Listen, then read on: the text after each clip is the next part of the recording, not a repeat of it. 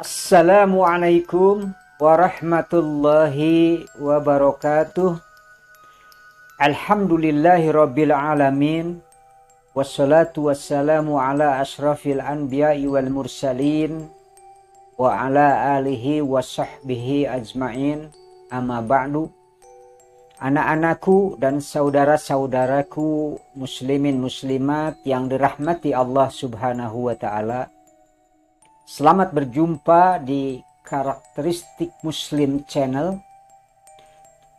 Ketika Bapak mengajar pendidikan agama Islam, Bapak seringkali menerima pertanyaan dari murid-murid, yaitu sekitar masalah mimpi buruk yang seringkali dialami oleh anak-anak. Bahasan ini tentunya sangat menarik karena bukan hanya dialami oleh anak-anak pelajar, namun sering pula dialami oleh berbagai usia. Bapak akan membahasnya dalam video ini lebih mendetail tentang hal tersebut. Apa itu mimpi, bagaimana proses terjadinya mimpi tersebut, dan bagaimana mengatasi mimpi buruk. Semua itu akan Bapak jawab berdasarkan dalil-dalil yang Bapak temukan baik di dalam Al-Quran dan As-Sunnah. Namun sebelumnya dimohon berkenan terlebih dahulu untuk memberikan support dengan like, komen, dan subscribe. Terima kasih, jazakumullahu khairan katsir. Anak-anakku dan saudara-saudara yang dirahmati Allah Subhanahu wa ta'ala, mimpi adalah pengalaman bawah sadar manusia yang melibatkan penglihatan, pikiran, perasaan, atau indera lainnya dalam tidur kita. Bagi setiap muslim, mimpi merupakan tanda-tanda kekuasaan Allah, bahwa Allah berkuasa membangkitkan jiwa atau ruh manusia dari alam kubur untuk kemudian menerima hisaban dan pembalasan dari Allah. Karena dengan pengalaman mimpi kita seakan-akan jiwa kita atau ruh kita mengembara ke suatu alam yang penuh dengan misteri. Kita bisa bayangkan tubuh kita tergolek lemas, tak ada kesadaran, tak ada fungsi alat-alat ria kita. Namun ketika mimpi seakan kita dalam keadaan hidup, inilah bukti kekuasaan Allah Subhanahu wa ta'ala. Mimpi itu terbagi menjadi dua macam. Ada yang mimpi baik, ada yang buruk. Mimpi yang baik menurut interpretasi Islam merupakan mimpi yang datangnya dari Allah. Namun mimpi buruk itu dari setan. Rasulullah Shallallahu Alaihi Wasallam bersabda, mimpi sejati berasal dari Allah dan mimpi buruk berasal dari syaitan. Sahih Al-Bukhari. Anak-anakku sekalian, mimpi sebagai produk tidur baik dan buruknya sangat ditentukan oleh kualitas tidur kita. Menurut ajaran Islam, tidur yang berkualitas adalah tidur yang sesuai tuntutan syariat Islam. Karena itu, tidur adalah aktivitas ibadah. Oleh sebab itu, dalam beberapa hadis Rasul Shallallahu Alaihi Wasallam mengajarkan kepada kita adab-adab ketika hendak tidur dan bagaimana pula mengatasi mimpi-mimpi buruk. Tidur adalah istirahatnya tubuh sementara ruh masih ada dalam tubuh kita. Napas masih berhembus, jantung masih berdetak, darah masih mengalir, sedangkan jiwa digenggam oleh Allah Subhanahu wa ta'ala. Ketika tidur, Allah menggenggam jiwa dan Allah melepaskan kembali jiwa tersebut ketika tubuh terbangun dari tidur. Hal ini dijelaskan oleh Allah Subhanahu wa Ta'ala di dalam Al-Quran, surat Az-Zumar ayat 42. Allah Subhanahu wa Ta'ala berfirman, A'udzubillahi minasyaitonirrajim. Allahu yatawaffal anfusa hina mautiha. Allah lah yang menggenggam jiwa ketika ajal telah tiba. Wallati lam tamut fi manamiha. Dan Allah menggenggam jiwa yang ajalnya belum tiba, sedangkan ruh masih tetap berhubungan dengannya, umpamanya saat kita sedang tidur. Fayum sikullati kodo alaihal mauta. Lalu Allah menahan jiwa yang telah dia tetapkan kematian atasnya. Artinya jiwa itu tidak dia kembalikan kepada tubuhnya saat mati. Apa itu jiwa dan apa itu ruh?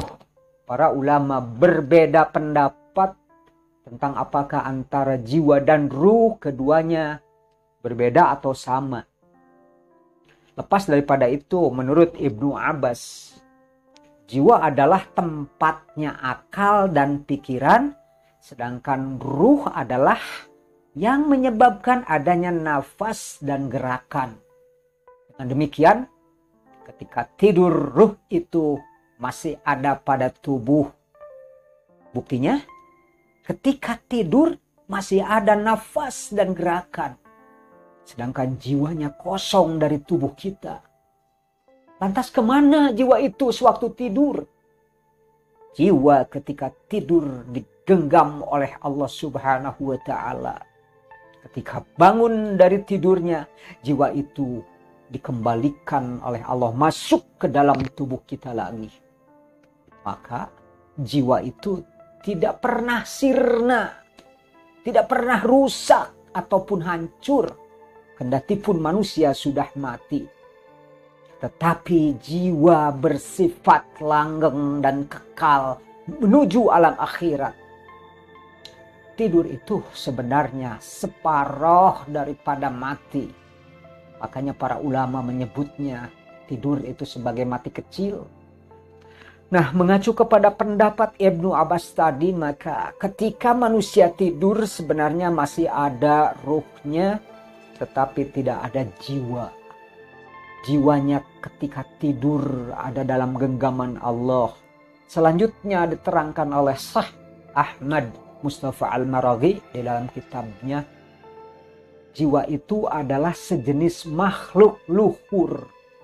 Dia turun dari tempat yang tinggi. Jika jiwa itu turun, maka turun bersama mimpi-mimpi sambil membawa cahaya-cahaya yang diurus di alam luhur tadi. Dan terjadilah apa yang disebut dengan mimpi yang benar. Namun, jika jiwa itu pulang kembali dari persinggahannya tadi, setan-setan sibuk berdesak-desakan membawa waham-waham atau halusinasi.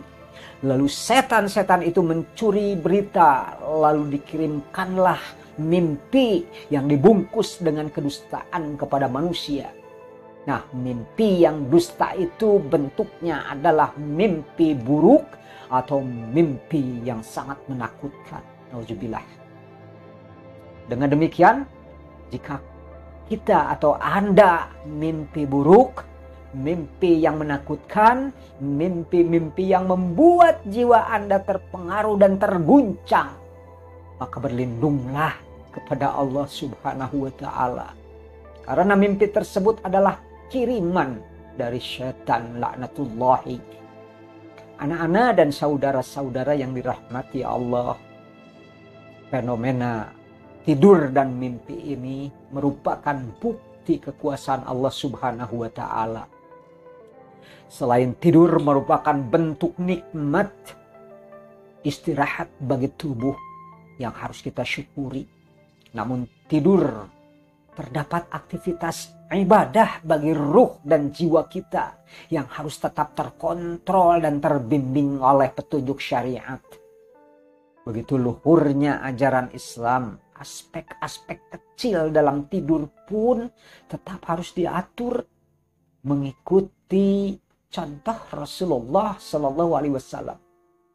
Ajaran Islam mengajarkan adab-adab sebelum tidur melalui sunnah-sunnah Rasulullah Shallallahu Alaihi Wasallam.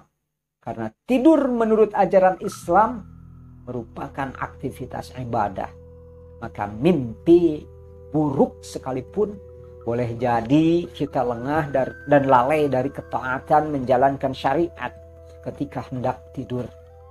Maka pantas jika Rasul mengajarkan adab-adab tidur yang berlaku dalam sunnahnya, yaitu cukup mengeluarkan tiupan dan hembusan mulut dengan sedikit air ludah saja. Kedua, lalu merubah posisi tidur. Asalnya kepala di sebelah selatan dirubah menjadi kepala di sebelah utara. Asalnya posisi kepala di sebelah timur dirubah menjadi ke sebelah barat. Ketiga, jika terbangun dan kita sulit kembali tidur, lakukan sholat malam. Yang keempat, ini pokok juga dalam kehidupan kita, hindari perbuatan maksiat. Kelima, jangan pernah mencari tabir atau tafsir mimpi sekalipun kepada orang yang dianggap soleh. Keenam, jangan sekali-kali menceritakan mimpi kita kepada orang lain, termasuk kepada orang yang dekat dengan kita sekalipun. Kecuali mimpi yang baik. Baik artinya menurut syariat, bukan baik menurut alam pikiran kita. Ketujuh, berfikirlah yang baik, husnudzan kepada Allah ketika kita mimpi buruk.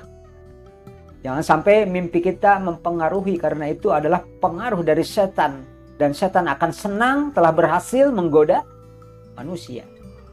Kedelapan, ketika di siang harinya jangan sekali-kali kita mengingat-ingat mimpi buruk kita. Lupakan saja, mimpi buruk adalah perbuatan setan yang sengaja ingin membuat jiwa kita terguncang dan akibatnya bisa mencelakakan kita. Namun juga jangan takut, mimpi tersebut tidak akan berdampak sedikit pun. Mimpi tetaplah hanya mimpi, sama sekali tidak mungkin bisa merubah takdir Allah Subhanahu wa Ta'ala. Demikian, semoga bermanfaat. Lebih dan kurangnya mohon maaf. Wallahu ta'ala a'lam. Wassalamualaikum warahmatullahi wabarakatuh.